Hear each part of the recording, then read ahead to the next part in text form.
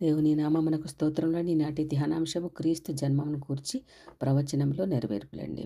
అంశముగా క్రీస్తు స్త్రీ సంతానముగా అని చెప్పబడడం.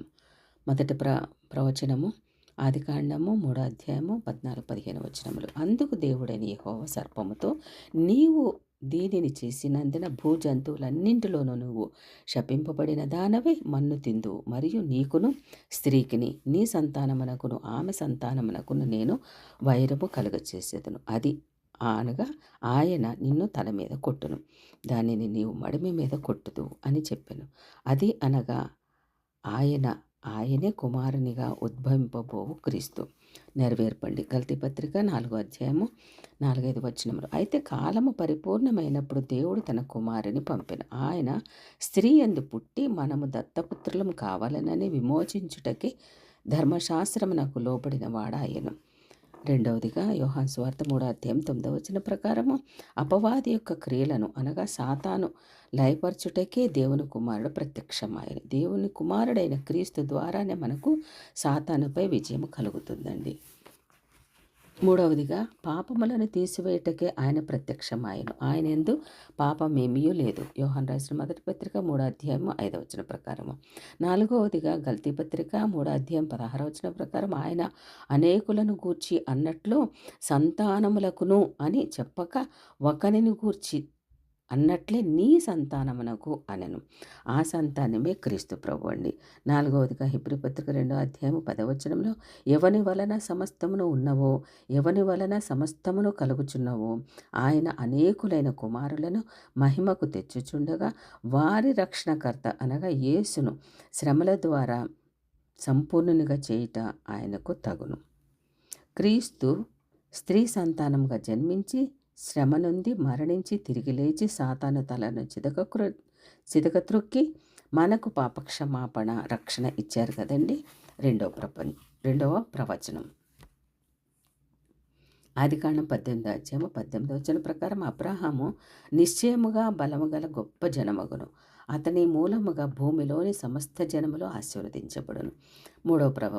మూడవ ప్రవచనం అండి. ఆదికాండం 12వ అధ్యాయం 3వ వచనం ప్రకారం నిన్ను దూషించు వానిని శపించెదను, భూమి యొక్క సమస్త వంశములు నీయందు ఆశీర్వదించబడును అని అబ్రహాముతో అనగా దేవుడు చెప్పాడండి.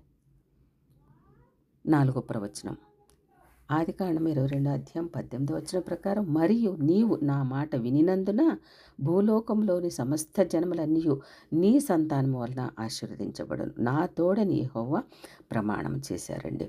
5వ ప్రవచనము ఆదికాండము 26వ అధ్యాయం 4వ వచనం ప్రకారం, నీకును నీ సంతానమునకును ఈ దేశములన్నీ ఇచ్చి నీ తండ్రి అయిన అబ్రహాముతో నేను చేసిన ప్రమాణమును నెరవేర్చి ఆకాశ నక్షత్రం వలె నీ సంతానమును విస్తరింపచేసి ఈ దేశంలన్నీ నీ సంతానమునకు ఇచ్చెదను. నీ సంతానం వలన భూలోకంలోని సమస్త జనులు ఆశీర్వదించబడెదరు.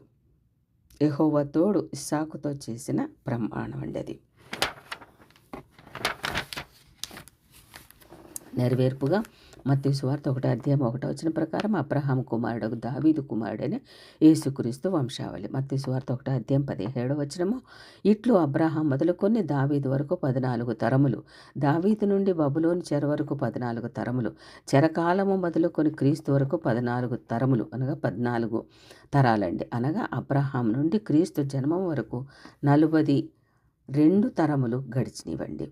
అపోస్తల కార్యములు 3వ అధ్యాయము 25-26 వచనములలో దేవుడు అబ్రహాంతో నీ సంతానమందు భూలోకం వంశములన్నీ ఆశీర్వదించబడునని చెప్పి మీ పితరులతో ఆయన చేసిన నిబంధనకు మీరు వారసులై ఉన్నారు. దేవుడు తన సేవకుని అనగా క్రీస్తును పుట్టించి మీలో ప్రతి వానిని దుష్టత్వం నుండి మళ్లించుట వలన మిమ్మల్ని ఆశీర్వదించుటకు ఆయనను మీ యొద్దకు పంపెను. శృంగారమను దేవాలయపు ద్వారమునొద్ద ఉన్న కుంటి భిక్షకుని పేతురు యోహానులు స్వస్థపరిచినందున ప్రజలు గుంపులుగా కూడి వారి యొద్దకు రాగా పేతురు సాక్ష్యమిచ్చుచు క్రీస్తు ప్రభువును గూర్చి చెప్పిన మాటలలోని ఈ వాక్యము ఏమనగా, క్రీస్తు అబ్రహాం సంతానమయ్యు అని ఆయన పాపులను రక్షించుటకు అనేక జనములకు ఆశీర్వాదకారకుడు ఆయనని వారి సాక్ష్యం చెప్పారండి. ఇటు రీతిగా కొన్ని మాటలు దేవుడు ఈ యొక్క ప్రవచనాలు నెరవేర్పు గురించి కూడా నేర్పించినందుకు వేలాది స్తోత్రములండి.